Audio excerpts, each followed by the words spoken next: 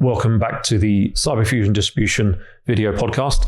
I'm delighted to be joined by one of our latest signing vendors, Lewis, Dave from Team Cymru. Cymru. Sorry, give me a bit of an education on the name first, because I spent a year getting it wrong, so correct me. It's definitely one of our sort of repeating themes. So yeah, Team Cymru. And for those that don't know, it's the Welsh word for Wales. Okay. So long-standing history. It goes back to even before the company sort of first started. But yes, we do stand out from the crowd with our name. That's for sure. Okay, and I assume you're based in Wales. No, there's again another thing. so yeah, we're actually a US company. Okay. Headquartered in Florida. Global team of just this, amazing sort of fantastic, talented people. But we are all around the globe as well. So yeah, presence across the US, across Europe. And the other thing is that we're growing our partner base out. So definitely across the US, again, Europe, and also Asia as well, and Australia. So yeah, definitely sort of broadening out. So it's an exciting time for us to get the unusual name out there. No, fantastic. I'm glad you clarified that.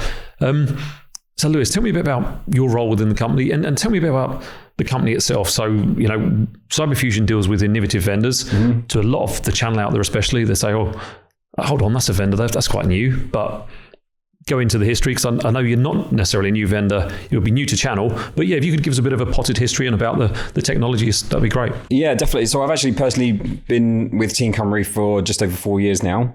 And probably one of the topics that comes up in conversation is interesting, never heard of you guys.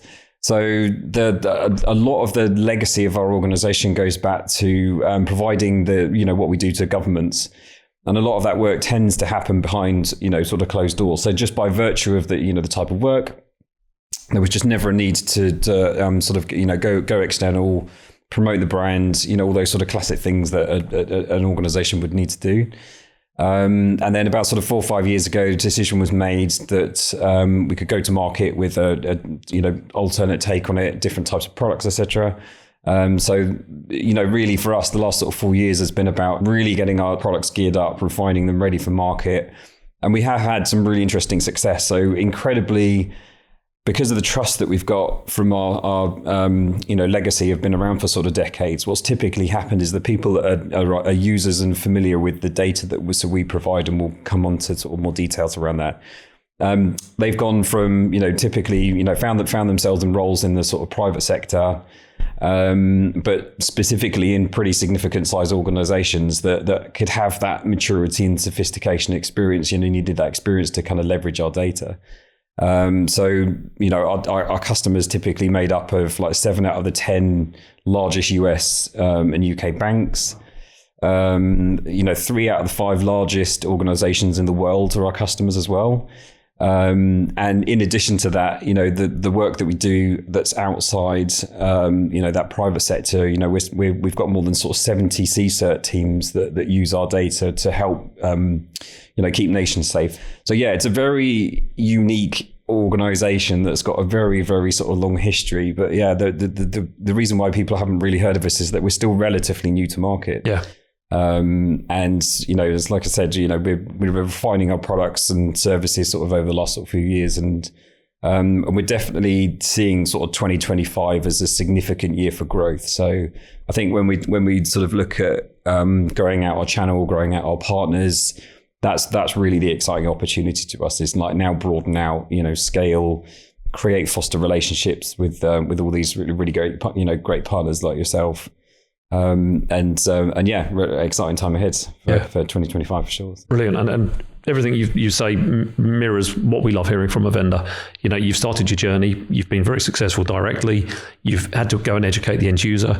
You've built that demand and pipeline. And now, Dave, here you are to do the hard work and lift and shift that across to the channel and make the channel work. So tell me a bit about what you're sort of hoping for and what you need from the channel. So a couple of things. So I've been at Team Cymru for just about 4 or 5 weeks, and it actually took me 4 weeks to pronounce the company's name correctly. So you're not alone.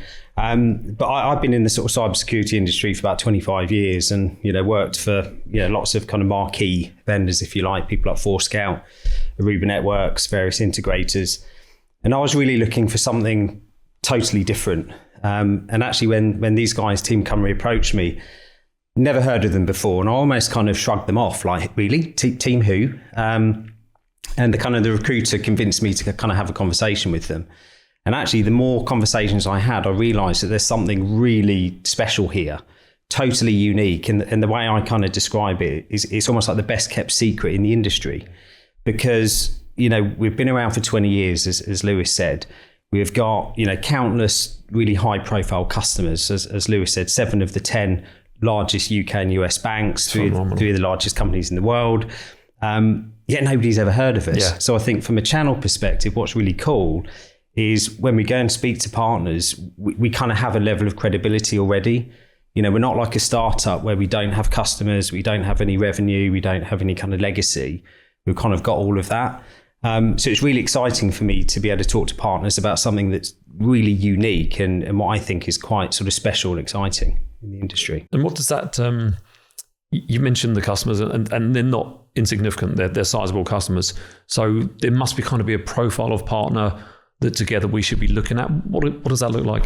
It's a good question. I mean, I think if you look at a lot of our customers, they are the sort of the large financial services type organizations, you know, kind of mature customers. So I think partners who are working in financial services is good, but the reality is any organization that really wants to kind of take threat reconnaissance to the next level and really do something kind of special and unique, I think could be a customer. So one thing I would say is we don't want to boil the ocean. We don't want hundreds of partners. We want, you know, a fairly small kind of manageable number. Yeah. But I think there's a good opportunity because this is so different and so unique, and we're not kind of displacing anything else. I think there's an opportunity for partners to almost talk to all of their customers about what we do. Yeah. So, Lewis, I looked through the website and something that I absolutely love is your ability to integrate with other vendors. And that's critical for us. You know, we've got a great portfolio of innovative vendors, but for me, it's about trying to build an ecosystem with complementary vendors. I think Cyber in particular is one of ours and one that you guys integrate with well. Yep. So can you just expand a little bit on your integrations? Yeah, I mean, I guess the purpose of the integrations is to basically go, we want to be where our customers are and use the platforms that they're using.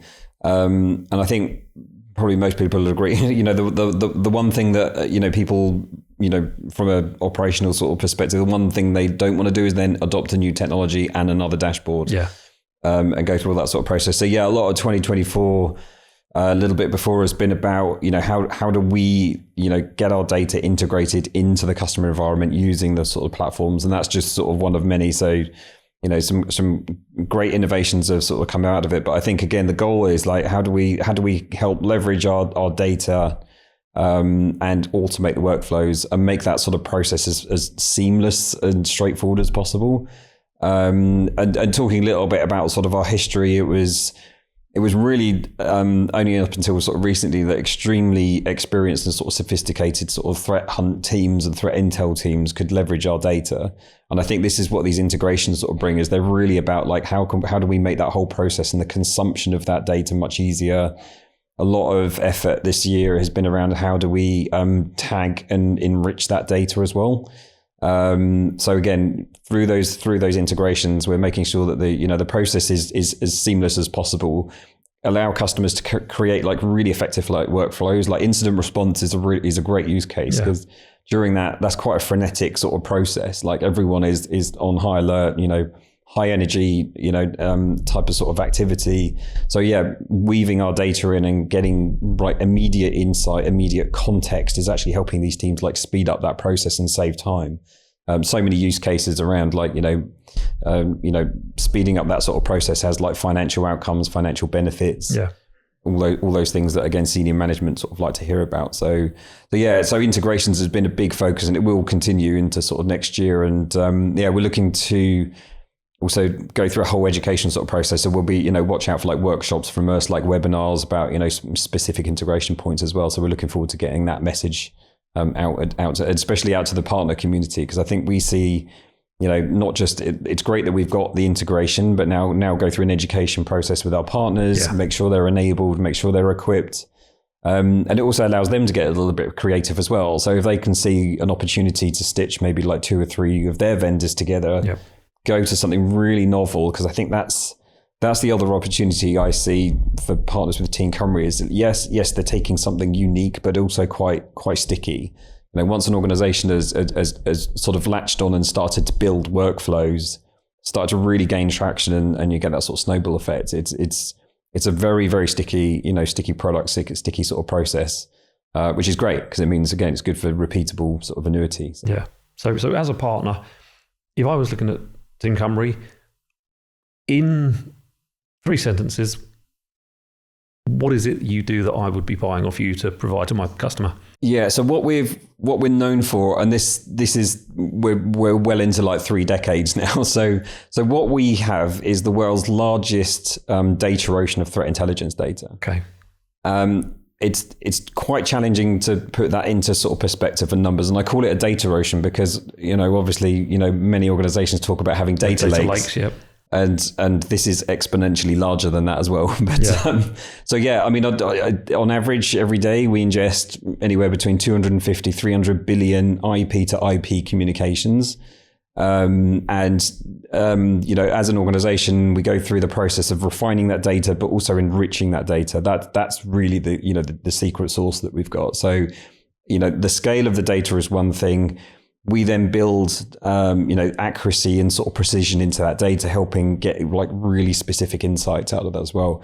Because I think the last thing many organizations need is to either, read about events in yesterday's newspaper, stuff that's already happened, or quite frankly, something that's not relevant and, at all. So our data is really about enabling organizations to speed up various different, security sort of processes or workflows like incident response, like I sort of mentioned. But also another thing that another use case that we've seen highlighted is proactive defense. So understanding, using our data to understand where the threat actors are today, where their infrastructure is. That's the type of real-time threat intelligence that we're sort of providing. So that like global visibility, how do we distill that down to something that's impacting that organization specifically? Yeah. That's really our sort of secret sauce. Giving them the intelligence to get ahead of the curve. Exactly. Based on the intelligence you've got. And that might have been more than 3 sentences. So I do apologise. Well, that's why distribution's there to convert that into channel size pieces. That's brilliant. Thanks, Lewis. And I always take an interest in the vendors we've got. And I saw your mission statement. That kind of, that was different. Maybe one of the 5th emergency service, but yeah, tell me about the mission statement. Yeah, so our mission is to save and improve human lives. And I think, that's something we actually live by. It's very, very different. I know a lot of other mission statements are like, oh yeah, we need to go, over the hills and far away and, land grab and all these sorts of things. But there's a lot that goes on within our organization, joining law enforcement agencies together, helping active investigations. And we reach out in various different ways. One of them is we host several events across the year. One of them is Underground Economy. I think we're in our 14th, 15th year of doing that. So co-hosted at Council of Europe in Strasbourg. And we get about 550 to 600 people from both law enforcement and industry kind of coming together and sharing like use cases or active investigations, and really like a great sort of sharing minds. Great thing for us is that helps us fulfill our mission. And we've seen, so many examples where, people have met there, they've talked about a common challenge, and then arrests have gone and been made about it as well. So, we're actively involved in that. We also have our regional events, which are, slightly sort of smaller scale, but again, it's like, how do we help go out there and meet our community and help support the community? We have about 700 to 800 ISPs, network operators, hosting providers that we actually provide free to use community services. So these sorts of things are about how do we help them, with threat intelligence, a little bit of enrichment, but also things like during a DDoS attack, how do we help them help each other? Yeah. So we've got sort of specific sort of services around that. And that is all, community driven, sort of free to use. So there's a lot that we do that's really at heart about that whole, meeting and exceeding that sort of mission statement. So yeah, there's and it's a lot that we don't sort of talk about really, but you'll see us involved with like active operations with Interpol. You know, certain things we can talk about. No. And we've definitely you know, really grateful for that opportunity to work with Interpol. You know, actually leading to arrests. And you can read about that on a blog on our website, or go to Interpol's sort of blog and read a bit more about that sort of operation. But yeah, that's very much us out there sort of. You know, as we see it. Absolutely, kudos for doing that. And I know we've had a separate session, and we spoke earlier about what you saw over 2024. So if I look at 2025, I think a lot of regulation and compliance. DORA, I see you guys are doing a lot with DORA, and Orb Networks. I saw you'd written an interesting piece the other day. So tell me what the next 12 months holds, especially in terms of those two regulations. Yeah, thank you. It's interesting actually. There's a direct correlation between. We'll cover Orb Networks and what they're all about, but yeah, DORA and NIS2 as well. Yep. These are two really interesting pieces of regulation, because I think for the first time I've seen you know, them get very, very specific. I think, you know, I went through a whole sort of EU GDPR sort of, you know, back in the day, went through all that sort of process. And we were really challenged at the time because it's so vague. You know, this regulation can be actually quite vague, and it you know, too much too much open to interpretation. But actually, DORA has been written so specifically, and I think there's some really interesting points in there, like threat actor attribution, for example, like putting that into law. Yeah, you know, expecting a victim of a breach to understand and know who actually committed that against them. Yeah. So there's elements like that. I think elements that have come in about, you know, timely responses. Gaining and these are really specific words, like gaining like real-time visibility, you know, gaining supply chain visibility. You know, there's some very, very specifics that are in there.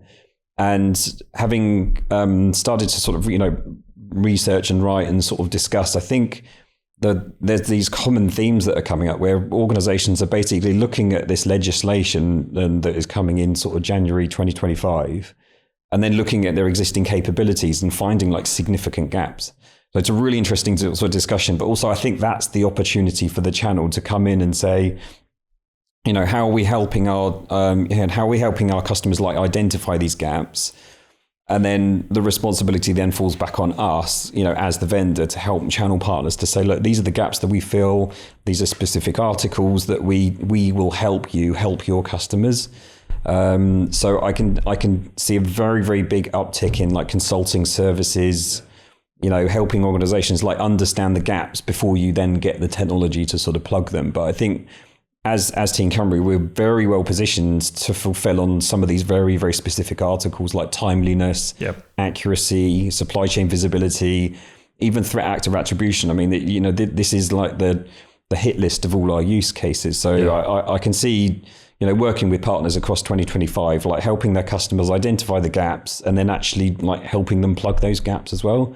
Really, really significant. And then coming on to Orb Networks, we thank you for highlighting the blog. So I appreciate that. Yeah, it's so niche. It's something that's not been discussed sort of fairly openly. So this might be a new topic for sort of many people.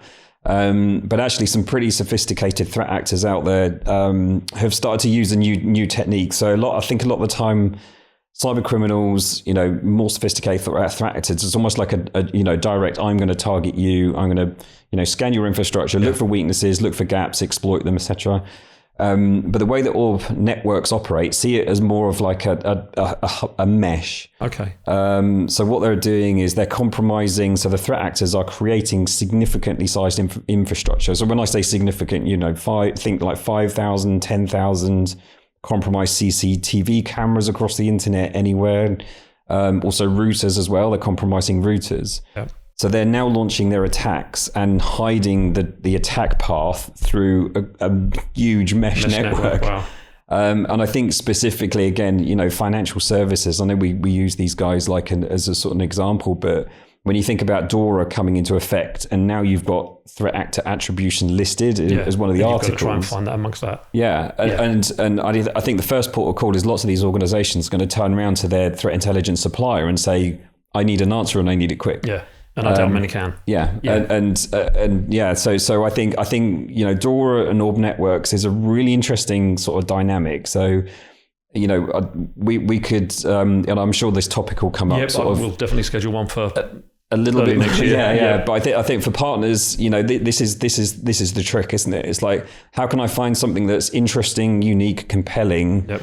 And we've got this kind of perfect storm, almost like with DORA. The financial penalties of DORA just look pretty eye-watering. I mean, we're looking at. I think it's similar, sort of looking back at EU GDPR. They'll look out. The regulators will look out for like their first victim. Like, who can we make an example based on your of? revenue, and it will be astronomical fees. Yeah, and you don't want to be first. No. It's not a good look. So I think for partners' perspective, trying to shift away from the general FUD that's surrounding, DORA and, talking about, sort of fines. Yes, they're coming down the line, but really what CISOs, senior stakeholders, what they really need is like answers. Yeah. So I think from a partner perspective, there's this great dynamic where, learn and understand a little bit about Orb Networks, which we can cover specifically, and then learn how that then meshes over like this DORA sort of regulation. And take that as like this package to say, look, there's a threat coming down the line. Here it is, but also here's an answer, and here's how it meshes into the regulation. And here's how we can help you. So great, great topics for sort of partners to kind of get the teeth into for 2025. Thanks, Lewis. So, chaps, we're running out of time, but I just want to say thanks so much. It's great to have you as part of the portfolio. We're looking forward to a fantastic 2025, and Dave, looking forward to getting you out to our partners, getting the name out there. And doing some great things next year, and look forward to having you back in a couple of months' time. Excellent. Thanks very much. Cheers, Dave. Cheers, Steve. Thank you.